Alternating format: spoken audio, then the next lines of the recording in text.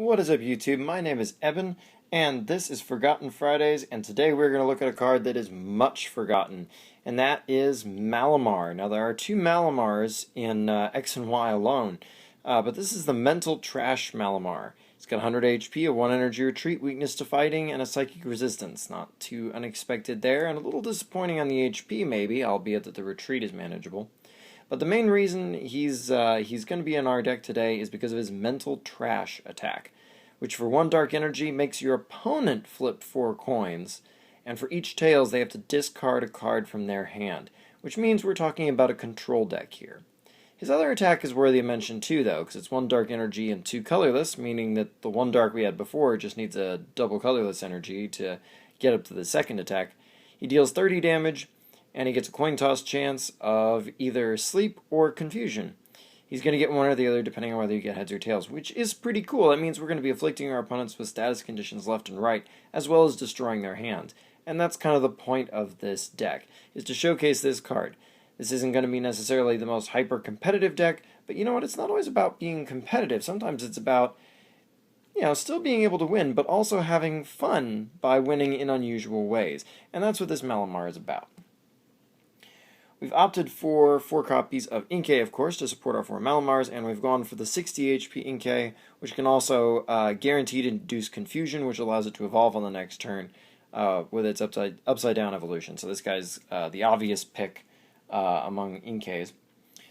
We've got 2 Yveltal EX, because mainly what we're trying to do is control early game and then kind of sweep in for a heavy hit, late game finish kind of thing. And Yveltal EX supplies us with that, but we really only just need the 2 in reality.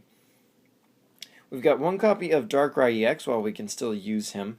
And his free retreats are pretty self-explanatory in case our opponents status us. I mean, we do have Verbank, so obviously if that turns against us, this guy helps bail us out. And he can get Malamar out when Malamar isn't being terribly useful. We have 1 copy of Malamar EX, because our main guy, Malamar, doesn't need a whole lot in the way of energies, and this guy's a great way to suck up energies and put them to a good cause while disrupting our opponents to further control them if we need to. And we also have 2 copies of Yveltal, just regular old Yveltal. His Oblivion Wing will be very helpful to us for setting things up. He sets up Yveltal EX and even Malamar EX. If you want to go that route, which usually you don't, but sometimes, you kind of don't have a choice. Pretty no-brainer inclusion, really, for dark-heavy decks like this. But this deck also is pretty abundant in good starting Pokemon, which is very nice. We have 4 copies of Professor Juniper, or Sycamore, whichever you prefer. We've opted for 4 copies of N, largely because this combines very well with Malamar's Mental Trash. It allows Mental Trash to become a very useful mid to late game attack, where your opponent may have already taken a number of prizes, and since we have a number of 1-prize Pokemon, we can fairly easily control our opponent's collection of prizes, which is very good for N, so that when we end them, of course, we can end them to very small numbers, and then Mental Trash them to potentially even completely eradicate their hand, which is, needless to say, pretty useful. We have 1 copy of Colress. This is just pretty much obligatory. It's an amazing draw card, excellent with Versus Seeker. Enough about that. We've got 2 copies of Skyla. We got a number of targets we like to be able to get and get them at the right times, things like Ultra Ball and whatnot. And on her worst day, of course, she can always pick up another supporter for you. We do have teammates in this deck. Malamar is going to go down. Let's face it. And while we don't want to run more than 1 teammates, I think, because they could start kind of jamming up in your hand when they're not going to be useful, having the 1 that you can easily Versus Seeker for whenever you need it is pretty darn useful in this particular build, so we're definitely going to opt for that 1 copy there. We also are running 1 Lysander, so that we can pick off KOs when we need to, and potentially stall, but that's mostly for picking up KOs.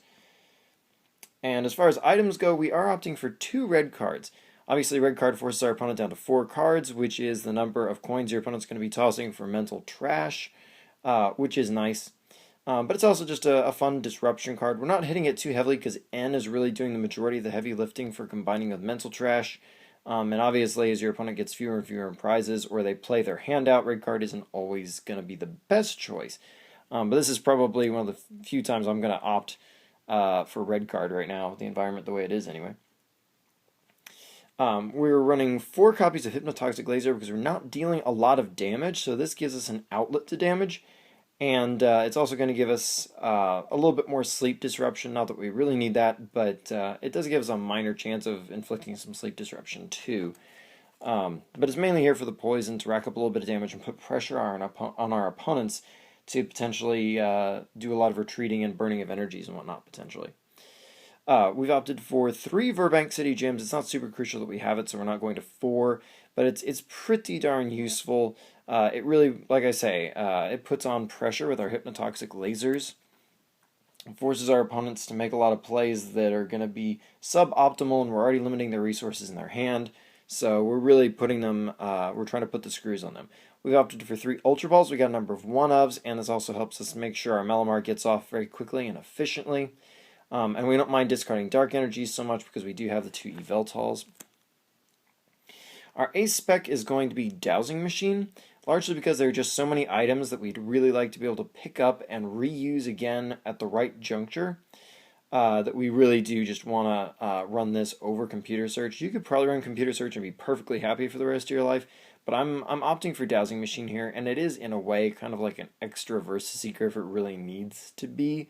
But obviously because we have Versus Seeker, this thing's mainly trying to pick up your items again for another use.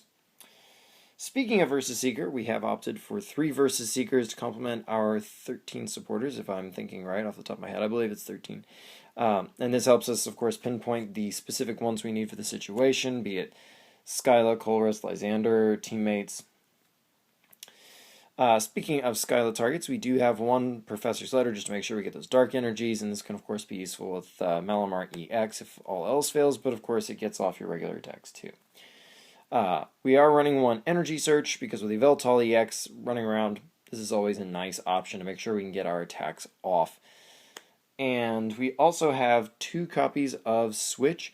We're opting for Switch over Escape Rope because with so much status that we're going to be relying on to a degree, we really don't want to be switching our opponents out, potentially erasing statuses.